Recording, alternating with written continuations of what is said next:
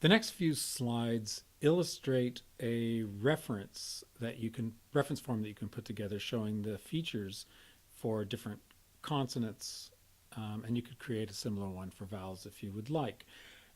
It's organized like with the IPA. Here on the left-hand side, we have the features that relate to manner of articulation. Across the top here, we have place of articulation, and then at the lowest level, we've got a difference relative to laryngeal features. If you find the English consonant that you're looking for, you can then read off what features it's got. So a B, for example, is a labial that's minus round. It's plus voiced, minus nasal, plus continuant, minus sonorant, plus consonantal. R, on the other hand, is a labial that's plus round. It's plus voiced, it's minus nasal, plus continuant, plus sonorant, and consonantal. And by looking at the different ones, you can find all the features that you need in order to do an analysis of what the child is matching in the adult form versus not matching in the adult form. The second slide relates to coronal consonants. And there you can see that coronal, it's the same manner and voicing features as before, but the coronal also is divided into plus anterior and minus anterior, and then each of those are plus and minus grooved.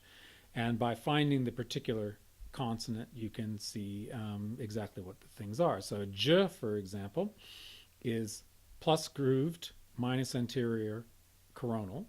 It is plus voiced, minus nasal. It's in the minus continuant plus continuant row, which means that it's an affricate, minus sonorant, and plus consonantal. R, on the other hand, is a minus grooved minus anterior coronal, which is plus voiced, minus nasal, plus continuant, plus sonorant, and minus consonantal, and so on for everything here. The final slide is for dorsal and placeless consonants. So an engma, for example, is a plus high, plus back dorsal. It is plus voiced, plus nasal, minus continuant, plus sonorant, and plus consonantal. You can also see that R and L are minus high, plus back dorsals. They're plus voiced, minus nasal, plus continuant, plus sonorant, minus consonantal. And glottal stop has no place features, but it's minus voiced and is the only English consonant, which is plus constricted glottis, which is why we have it just here, but also minus nasal, minus continuant, plus sonorant, and minus consonantal. By the way, we treat it as plus sonorant because the air pressure is low above the larynx.